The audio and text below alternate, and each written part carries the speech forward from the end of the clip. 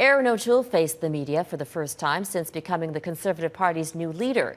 Let's bring in our David Akin. And David, Erin O'Toole is trying to convince Canadians that he's like no other Conservative leader before him.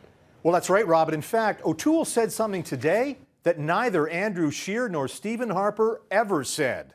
I won the leadership of the Conservative Party as a pro-choice Conservative MP, one that won with a strong mandate. O'Toole also declared himself a defender of LGBT rights. I am an MP with a clear track record on standing up for human rights, whether it's women, whether it's the LGBT community.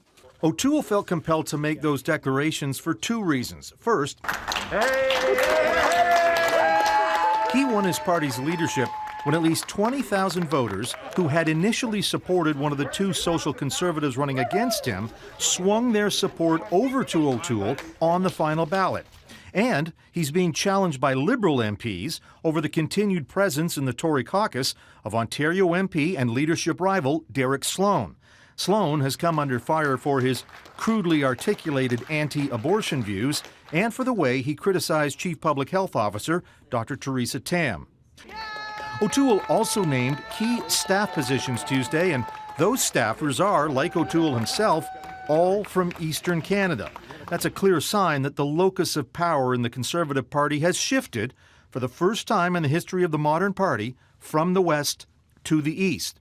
Now, that said, O'Toole's first phone calls were to the premiers of Alberta and Saskatchewan, and Western alienation was the very first item O'Toole brought up when he talked Monday to Prime Minister Justin Trudeau.